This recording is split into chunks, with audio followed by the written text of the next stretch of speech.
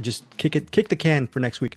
But this movie that we were reviewing for our last movie for this week for me and Eric, it's Abraham's Boys, directed by Natasha Kermani, and it's based on a short story by Joe Hill. Are you a fan of Joe Hill, Eric Holmes? Yes. Uh, Okay. Stephen King's son, Joe Yes. King. You got to be, that's probably why he goes by Joe Hill. He doesn't want to say, you got to be joking. Very good. Probably It not, centers not the first person to say that, I'm sure, which is why he goes by Joe Hill, which not a bad game, not not a bad name to go by. yeah, and he's made it like you said, he's made a name for himself anyway. So he's a very Yeah. popular. The Black Phone, which I still have not seen, Black Phone is is great. The short story's great. The movie's great. What was it? Horns. He did the Horns, right? From years back, he did I that didn't movie. I didn't see Ooh, I Horns. think you'd like that There one. was it Into the Grass or something like that? Or Mm. Among the Grass? It's like a Mm. Netflix thing. I thought that was him. I had to look it up, but yeah, he's done quite a few things, and pretty much most things I've seen that he was involved in, either based on his short story or whatever, have been pretty good. So I was excited to see this one. So Abraham's Boys, it centers on Max and Rudy Van Helsing. They are kids. I think Max is the older one, and they've grown up under the strict rule of their dad, Abraham Van Helsing. Their mother is played by Jocelin Donahue, who was seen, I think, over a year ago in the what's that movie, Last Stop to Yuma or something like, or what's that Yuma movie? Oh, the last stop, Yuma County. Yeah, she was the waitress in Last Stop at Yuma County, so she was very good in this movie as well. But it's ultimately this is set. Abraham's Boys is set in Central California. I think was it 18 or 15 years after the Oh, events of Dracula? Yes, Eric. the Into the Tall Grass says that was Joe Hill and Stephen King and Okay, very. Vincenzo Natali. Oh, okay. Sorry. Well, I'm I've sorry. never. I just had to correct myself there. No, I've never seen that. Did you ever get to see that, or you haven't seen that? Yeah, it was on Netflix. I think it was a Netflix movie. Okay. Abraham Van Helsing is played by Titus Welliver. Max Van Helsing is played by Brady Hepner, and Judah Mackey plays Rudy Von Helsing. Max and Rudy, they're kids. They're under the rule of their dad Abraham, again played by Titus Welliver. Jocelyn Donahue is Mina Van Helsing, and they are live. The reason why they're in Central California is they're supposedly escaping the clutches of or the presence of Dracula, right? But the problem is Mina still has some residue of her encounter with Dracula. Maybe she's a little bit sickly, or maybe she sees visions. Things are not good with her.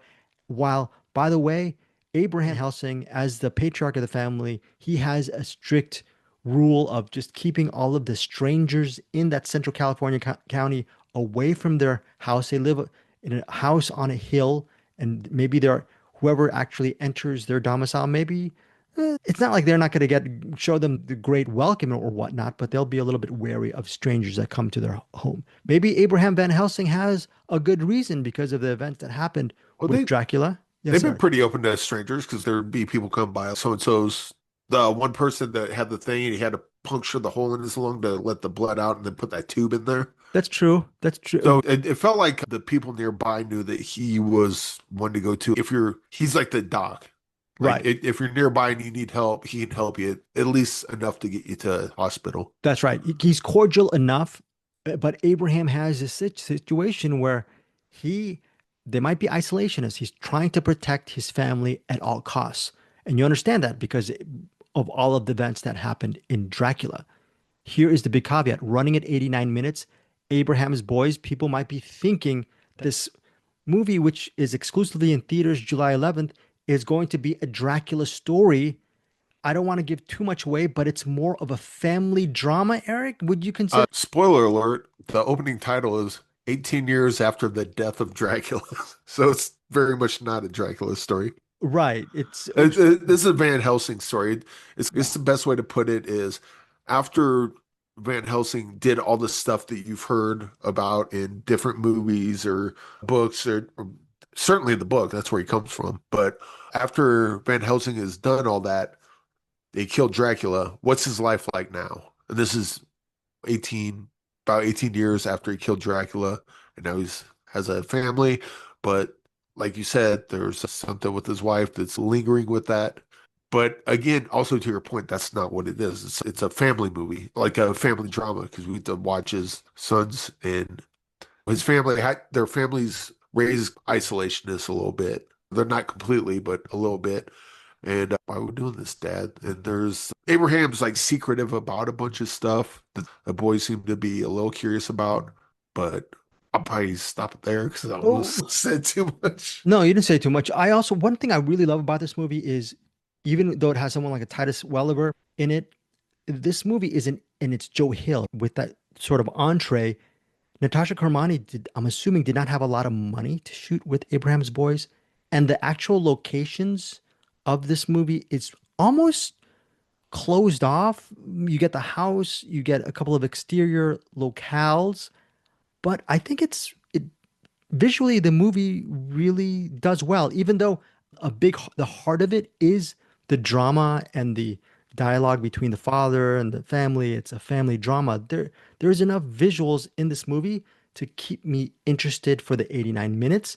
So I think Kermani is a very just interesting filmmaker, and I loved what she did with Joe Hill's material. Kermani also adapted is also the screenwriter, so she adapted Joe Hill's material for Abraham's Boys. I loved the drama. I loved where it went. And Eric and I, we're going to talk some spoilers after we're done recording the show on Abraham's Boys. I really enjoyed the third act. So I'm giving Abraham's Boys, again, with a caveat of don't expect a Dracula story, but expect a Van Helsing story and expect a first-rate drama. I'm giving Abraham's Boys 4.5 stars. I really liked it. And the ending to me, where you figure out the themes and where Abraham's Boys goes, hit me hard pretty. It was a knockout punch for me. What about you, Eric? I'm gonna go 5 stars on this because I was definitely like probably 4.5, and then the Oof. last bit of this movie turned it around. Not really turned it around because I was already enjoying it, but it was that, oh, okay. Yeah, we. Similar to Place of Bones or Old Henry, where it was already good, but then towards the end they threw that little extra sauce on it. Oh, And this is the barbecue sauce that made it better. oh my gosh. The hamburger was already good, but then that barbecue sauce this is a case where the barbecue sauce elevated the hamburger a bit. And they used Natasha Kermani used some cinematic tropes towards the end, makes it really Yeah. subtle, but it really. And unfortunately, like the stuff I really loved, and this is why we had to do a spoiler, because the stuff I really loved about it, I don't even want to hint at. Yeah. And the weird thing, it's not like a huge twist or anything. It's just, it does a thing. Yeah. Yeah. Well, Eric I'll just said, shut up. I'm just gonna I've say, said too much as it is. Eric's gonna be mad at me, but Eric says, Eric is saying, I don't want to hit that. That's something Abraham Van Helsing would never say. That's all I'm gonna say regarding Abraham's Boys. He wouldn't mind hitting that, and that's all. I know you're pissed at me for even saying that, but Abraham's Boys exclusive. Sorry, Eric, exclusively in theaters, July That 11th. seems like something I would say. I'm not even mad. I'm just surprised. You're surprised. Oh, I was surprised at how much I really enjoyed Abraham's Boys. I'm surprised that Eric gave it 5 stars. We cover so many movies every week. It would be interesting to see what Bruce Purkey would have thought of Abraham's Boys. Yeah. Anyways, Based on the how it turns out, and I guess I should probably mention this, there's a chance that when you get to the part that I loved, and I think Greg loved as well, oh yeah, there are people that are going to get to that and be like, come on. that'll turn them off. Okay, no, And we'll talk about more of that, why that isn't spoilers, but I could see people going either way on this one. okay. The good thing is people. Yes, I agree. People will go either way, but Eric and I are on the bright side of that rainbow, the really nice part of the rainbow, not the part where that it ends into dark places. So even though Abraham's Boys is a dark movie, Abraham's Boys exclusively in theaters July 11th, 4.5 stars for me and 5 stars for Eric Holmes.